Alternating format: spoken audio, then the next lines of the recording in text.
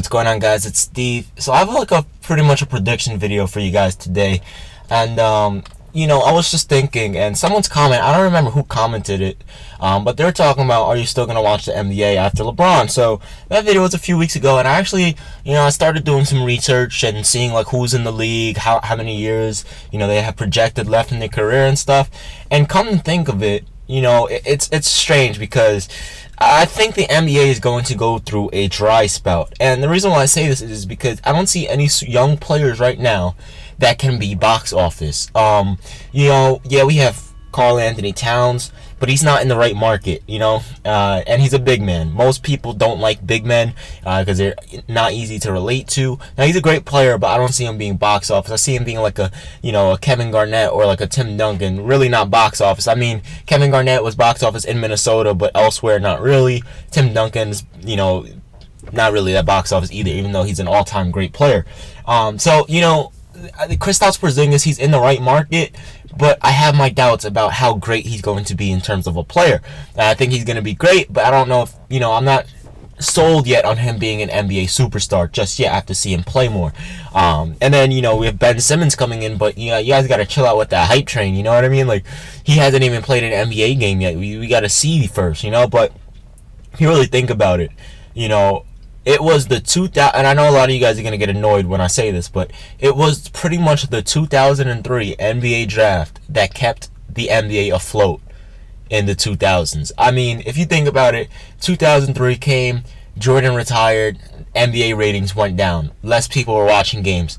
2003 draft comes, Carmelo Anthony's playing, LeBron James, Dwyane Wade.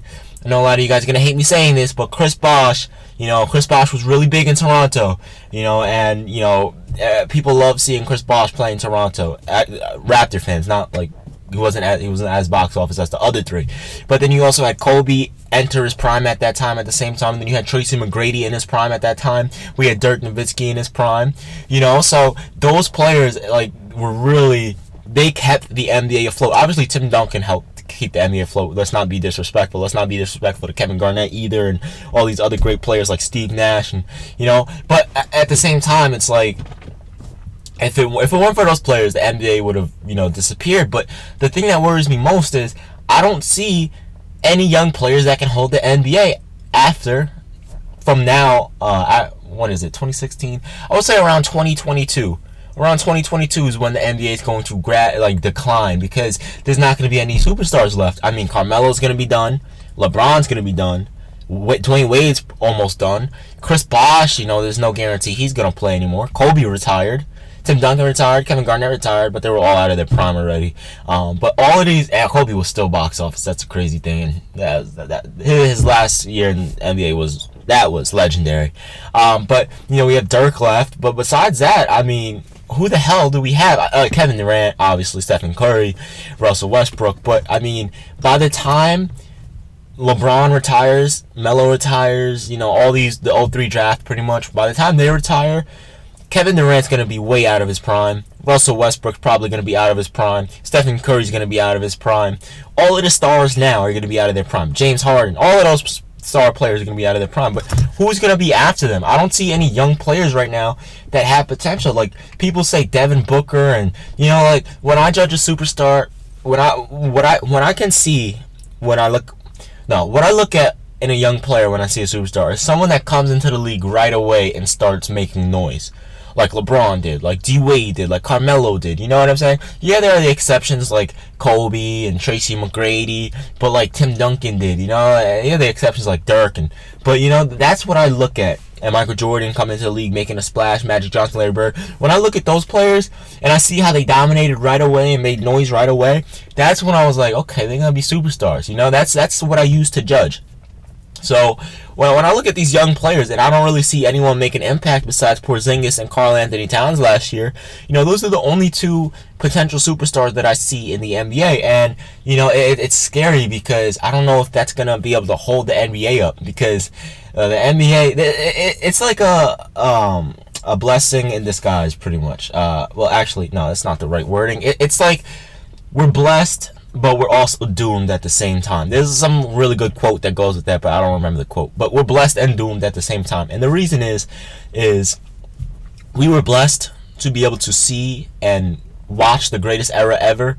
I'm not going to name every single player again, but you guys know who I'm talking about. From 2000 to 2014, the greatest era ever. All those superstars that played during that time and all those great teams, especially, guys, the Western Conference during that era was the most competitive in NBA history.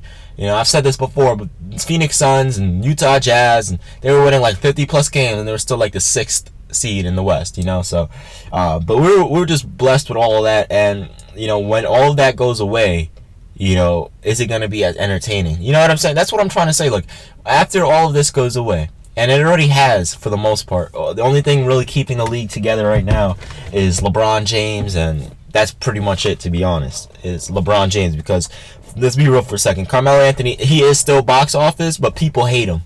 Dwyane Wade is out of his prime. He's still box office, but, people aren't going to spend thousands of dollars to still see Dwyane Wade unless it's last year. Chris Bosh, he can still sell tickets, but he isn't box office like the other three. So they're really the only ones. Well, LeBron is really the only one holding the league together right now. It's a LeBron James league right now. And the crazy thing is he has no competition. Obviously, now the Golden State Warriors are competition, but besides that, there's no competition in the West, and there's no competition in the East. Let's be real for a second. The Cavaliers have zero chance of losing to anyone in the Eastern Conference.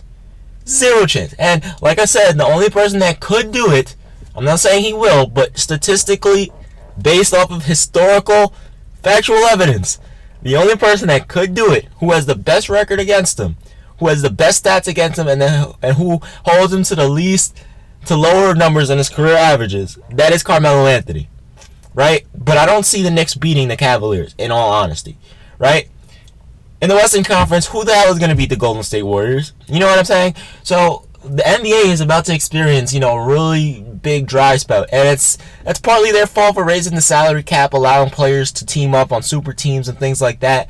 That's partly their fault. I'm not going to sit here and act like it isn't, but at the same time, man, you got to be wary about it, because this dry spell, man, I don't know if the NBA is going to be as entertaining, because, we have great players now, but if you compare what's going on now to then, this era is weak. This modern day era is weak compared to what we grew up on, and what we were all raised on.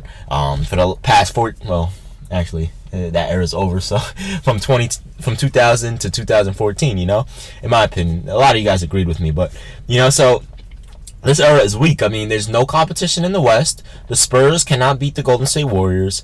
The Knicks, the only chance they have is if Carmelo Anthony decides to play, like, dropping 35 points per game, something crazy like that. That's the only chance the Knicks have to beat the Cleveland Cavaliers. And if Derrick Rose is playing well and Porzingis, they have good pieces, but, at the same time, it's like, are they all going to work together? Is Derrick Rose going to get injured? Is Joakim Noah going to get injured? We already know Melo's going to show up. We know Porzingis is going to show up, but is Porzingis more developed? Did he get stronger over this offseason? There's a lot of things that come into question. It's not just the superstars. Like I said, the superstars are barely what makes the win. The superstars, really, the only time they actually help their team win is in the crunch time, or if they're carrying the shit out of them, which is rare, right? But sorry for cursing, by the way. But yeah, so there's no competition, and it's pretty much a LeBron James league, and it's pretty sad now, because, like, I don't know, man. I guess I'm just, like, reminiscing, but I really miss the days when the West was crazy. I miss the days when we didn't know who was coming out of each conference. Like from 2006, I would say, to 2010, we didn't know who was coming out of the East. Was it going to be Miami? Was it going to be Cleveland, Detroit? Was it going to be Orlando, Boston? You know what I'm saying? All of these great teams in the East at the time. Was it going to be Washington with the Gilbert Arenas, Anton Jameson, Deshaun Stevenson? That era. Well, you know what I'm saying? Caron Butler. Well, we didn't know. I mean, there were like 5-6 teams that could come out of the East, right? But now it's the Cleveland Cavaliers. Some people are saying, it's possible for the Knicks, but, I mean, let's be real for a second. What the chances of that happening, the chances of LeBron being dethroned are slim to none. Let's be real. And I'm a Knicks fan, And then in the Western Conference, I miss the days when we didn't know who was coming out of the West. We had the Lakers, we had the Rockets, we had the Utah Jazz, we had the Phoenix Suns. You know what I'm saying? It's so crazy, man. It blows my mind, dude. I don't know, man. The NBA... I don't like this teaming up shit. Like, I really don't. Like, remember that video where I said the NBA should force players to go to, like, should put a superstar on every single team so that way it's more competitive? That would be way better, man. But anyway, I'm out of here. Let me know what you guys think in the comment section below. Now, I don't have a problem with superstars having great teammates. You know, in the rare cases where they draft all their all-stars, like Michael Jordan's era, Stephen Curry's era. But, you know, well, Russ Westbrook and Kevin Durant as well. But, yeah, I have a problem with the second best player in the world teaming up with the best team in NBA history in the regular season. And someone that just went back to back and they already have 3 All-Stars. That's NBA should not allow that. You know what I mean? There's no competition. You know, I'm done, man. I'm out of here. Let me know what you guys think in the comment section below. I love you guys. Peace.